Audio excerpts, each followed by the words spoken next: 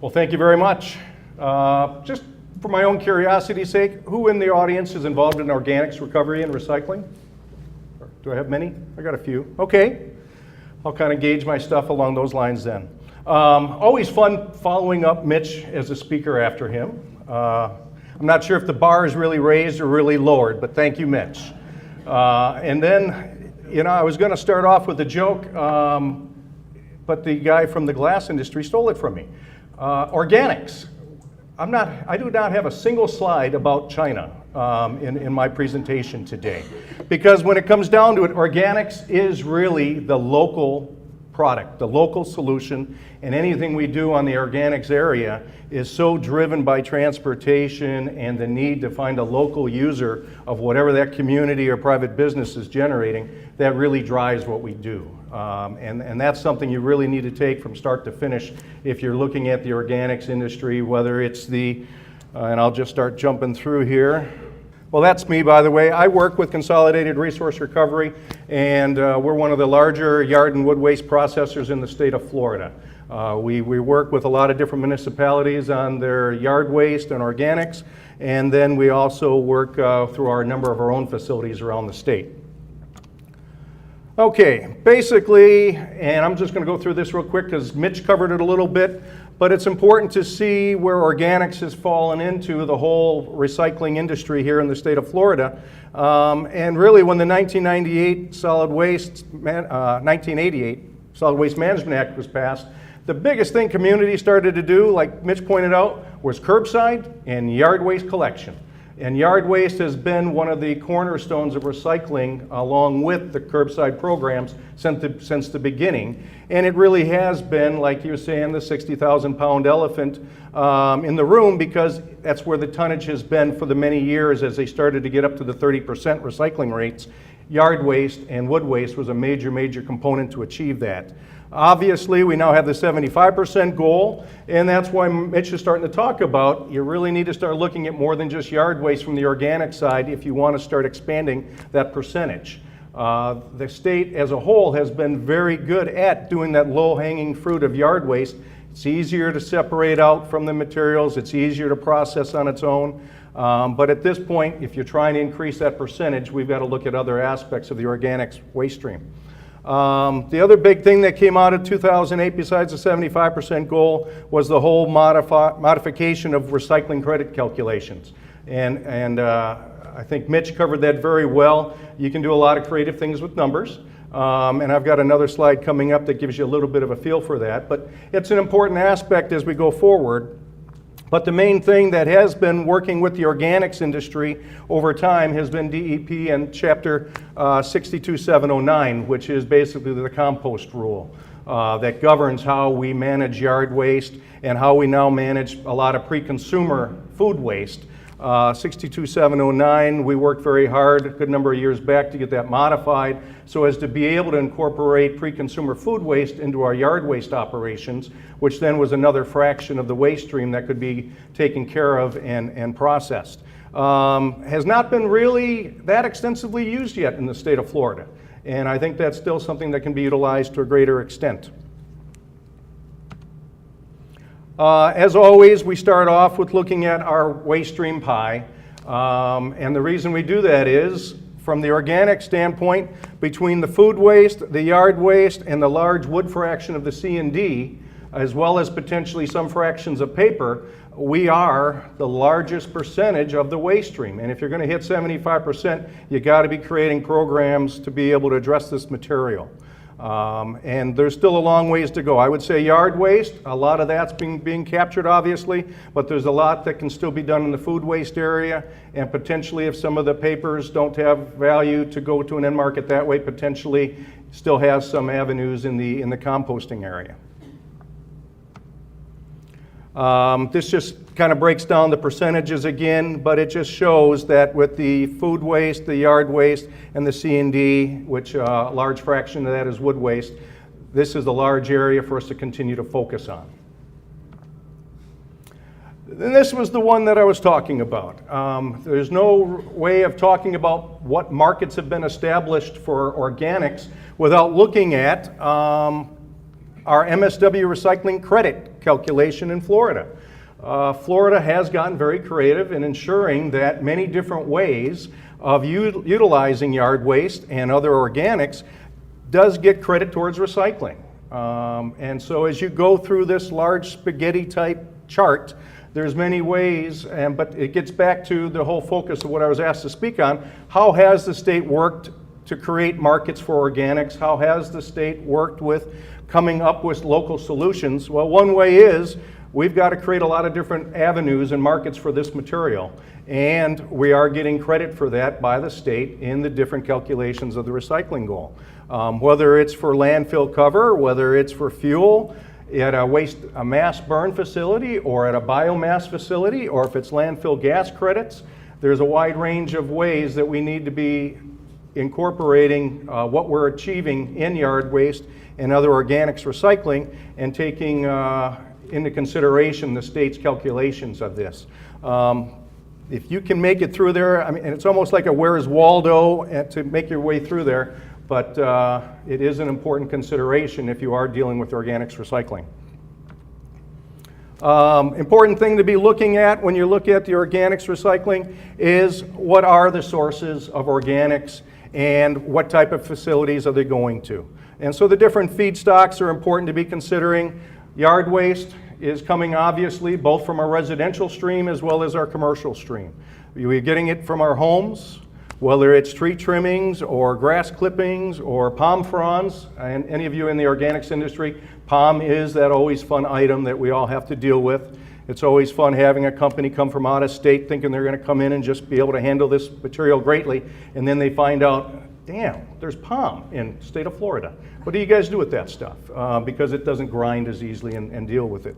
But obviously wood waste is a major component of the organics, whether it's from tree trimmings or with the state of Florida, which is being paved over at an alarming rate at some times. There's a tremendous amount of wood waste coming from the land clearing side of it. Food waste is obviously the next kind of frontier. There's more and more communities starting to look at how can we incorporate food waste either into our yard waste composting programs or our biosolids composting programs, or trying to work it somehow into our wastewater treatment plants to take advantage of different capabilities there. And then biosolids. As we go through it, you know, we really have a lot to look forward to, I think, in this area. As we look at the examples of Lee County and Hillsborough County and other counties starting to get more into biosolids composting and on land application, it is going to provide other avenues for other materials to be married up with that biosolids, which is then still going to achieve a good end product with the quality compost. And then the potential of the paper fraction. Types of processing facility. And as Mitch said earlier, mulch. The state of Florida from the beginning has been a big mulching state. As you read many of the publications, national publications, everything's compost, compost, compost, and then you get to Florida, well, we've been the mulching state. We grow our vegetation 365 days a year. There's a tremendous amount of yard waste that's coming through our municipal and private programs. And what has been very successful across the state has been the mulching of that material and then finding different agricultural or energy type uses for that material. As we go forward, hopefully we'll be expanding on the co-composting, as I alluded to a little bit previously. Co-composting is going to be able to take that yard waste as the bulking agent, that the biosolids, so as to provide another avenue for the disposal and proper management of that material, incorporation potentially of food waste, and creating some quality compost products from the marriage of those three main organic fractions. Also a major component across the state, whether it's our many state MSW waste energy facilities, or it's the industry that's been built up around biomass energy facilities. That is a tremendous avenue for the marketing of materials. And the state of Florida has been very successful in those type projects. And then wood mulch producers. That is a major industry for a lot of the clean wood, whether it's coming from land clearing, from C&D, or those type sources. there's a huge industry and a huge need for colored mulches and other mulches here in the state of Florida. And there's a wide variety of major national firms here in the state of Florida producing wood mulches, as well as a lot of much smaller ones that are also producing wood mulch. Types of processing facility. We've seen over time that we've started to have some major financial commitments to some of the different type of syngas and other type facilities, whether it's the Harvest Power in Orlando or the INEOS over in Indian River County. There's a number of facilities that are looking to take biomass and turn it into either a syngas with a compost byproduct or ethanol. And so those are different facilities that are starting to take a very small fraction. I would say at the current time with the price of gas, it definitely puts a little bit of a slowdown in that type of an industry, but it's something that we still need to be looking at potentially going forward and see where that goes. Obviously also waste energy. I mean, the majority of food waste in this state probably is going to one of the major counties' MSW facilities right now. So that is where the majority of food waste is probably going for energy production in the state of Florida, because most of the major counties in Florida have a waste energy facility. And then also soil blenders is the other type of processing facilities that does take a tremendous amount of volume of material, both from facilities like ours, mulching facilities, as well as the different other sources that they blend with. End markets, it's got the range, and we have to have this range of type of markets. With the type of quantities that we're dealing with, the millions of tons of material in the state on the organic side, and because it is local, we have to have a variety of end markets to meet the needs of all our communities trying to move this material. So whether it's producing a mulch product that can be used for some type of land application, like landscape application, or if it is a mulch that's going to be going for a fuel product. Compost. I've been dealing in this industry for over 25 years. I know Mitch has been active for a lot of years. We've always wondered why we can't get more for quality compost in the state of Florida and why the agriculture industry doesn't take more. That's one of our main questions to be answered, and it's hopefully something over time we can continue to work on. But here we are with such an agricultural state, and the percentage of organics that's being incorporated into our food production is just very, very low, and definitely another area to continue to be working on. Energy is obviously a major end market for the biomass that's being produced and the products from that. Soils and soils amendments.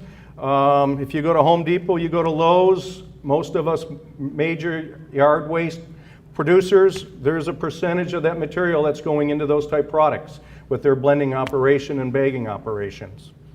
Alternate daily cover, that is something that many communities does take advantage of. They've got landfills that do need to have daily and intermediate cover put on, and organics can play a component of that. And it's a very useful market, because at the end of the day, otherwise they're having to procure another material, another natural resource here in the state of Florida to provide for that daily cover. And historically, the state of Florida has allowed us to use that as a component of that need. Agriculture, obviously, and then power plants. So we've got those variety of markets that have developed over time here in the state of Florida to take some aspects and some percentage of our flows. Factors affecting markets. Seasonality. Obviously, we have different growing seasons. You know, many markets would love to have a nice, steady balance of this is how much I've got every day, this is how much my markets need every day. But the organics, both from a production standpoint, even though we do grow 365 days a year, we do have seasonality there. But then also the use of it.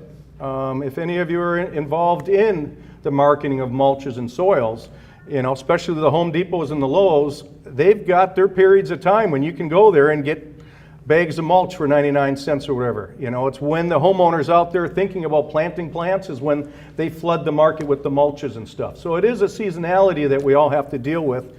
that affects the markets. Transportation, and I probably should have had that one first. We're moving, just like you've got some commodities like the steel and other, that is very heavy. And if you're moving at any kind of distances, you better be getting a decent price for that commodity. Well, organics is a very low price point type material for the large part, but our transportation costs are the same as everybody else's transportation costs, and it can be a major component of finding markets and then getting the material to markets and then getting a decent price for that material so as to cover, if nothing else, your transportation costs. Or it gets back to you've got to balance out what you're charging customers, what you're getting through your market to make sure you're handling all of your range of costs, which includes transportation. Your production costs. As we look at adding food waste, as we look at doing co-composting, you've got to look at what is your increased production costs from that. Agricultural practices also impact the markets for organics. This is a state that has historically had cheap water and cheap fertilizer. And it's amazing what you can grow in sand if you got cheap water and cheap fertilizer. But as we do get changes in the state and local water management districts looking at water retention, reduction in water usage, potential of contamination of groundwater through the leaching of different either pesticides, herbicides, and fertilizers, it becomes more important to look at adding that organic fraction into the soil so as to hold those different quality. I mean, you're paying a lot of money for water and pesticides, herbicides, fertilizers. The longer you can keep it in the root zone by supplementing that sand with organics, the better it is for your total agricultural practice. But it's definitely something looking at there. Methyl bromide being phased out. We're trying to look at other ways of controlling nematodes, controlling weeds. Water management, obviously. Citrus greening. Citrus is a major industry in this state, and they're looking at any and every way to mitigate citrus greening. And organics and making a healthier soil is one way that the citrus industry is looking at that, which then affects the markets potentially for our composts or for organic mulches. Organic and organic method farming. As people demand more and more organic products in their food aisles, hopefully that will encourage different farming practices, which will then include more organics. That all can affect the markets. But what we often see is, you know, what is called organic and labeled organic may not ultimately totally be organic. So it does come down to proper practices and then proper regulation of that. But we could have potentially see the effects on that and also on our organics marketing. If we produce more compost and there's more need for it through the organic and organic farming, we can hopefully marry that together at a price point that works for both industries. Food safety requirements. It's harder and harder just to put an organic out on a farm field. With more and more food safety requirements so that we don't have the Chipotle and the other type scares in restaurants, that puts more focus on what are we producing? Are we producing a good quality, consistent product that's being tested out to the standards needed so as to ensure this food safety? That all affects the marketing of material as we have to look at our changing regulatory environment. And then obviously the biosolids land application regulations. I think that is going to have probably some of the more significant impact on the markets and what we do with organics than a lot of the other previous things these last few years. I think that's already being seen with some major counties moving more towards biosolids composting. If they need to compost their biosolids, they need an organic fraction as a bulking agent. So that does open up markets for that material then.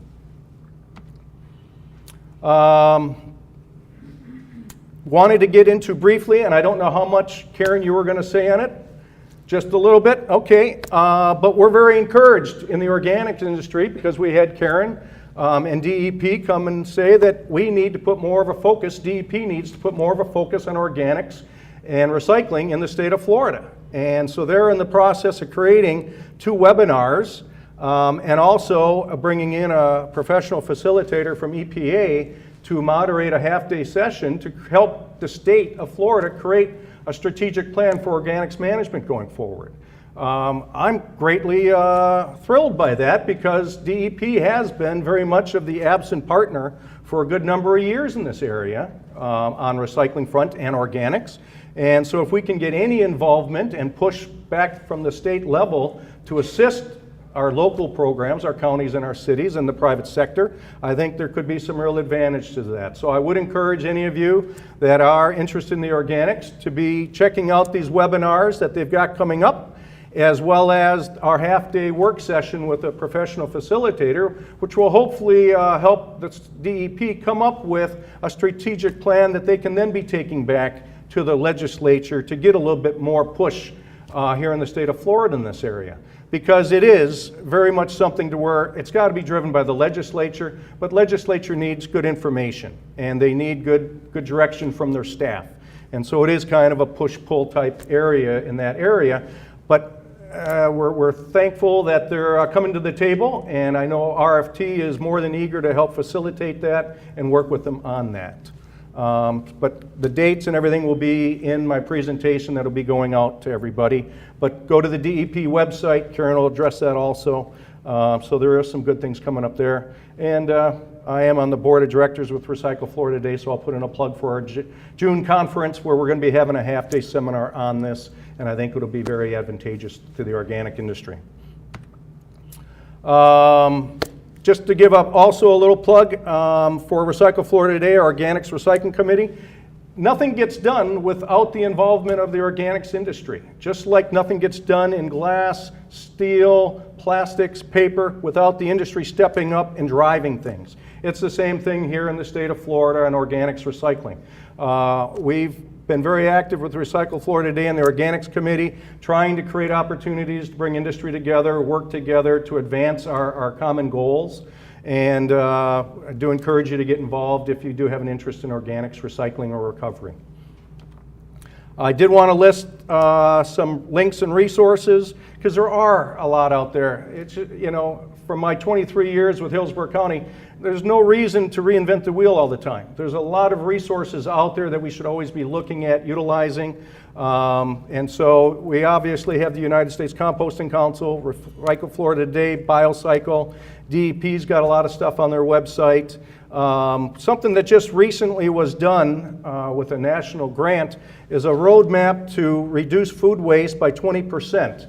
And it's something that I know EPA is very involved in also. But it's a very, they've got some ambitious goals, but they also have major corporations involved behind it to trying to achieve it. So I do recommend you look that up from that site and look at what they're proposing and get involved. And there's been a number of different things put out by the state in different forms. Compost use in Florida, the Florida Center for Solid and Hazardous Waste Management did that for DEP, but I would encourage looking at some of these resources also.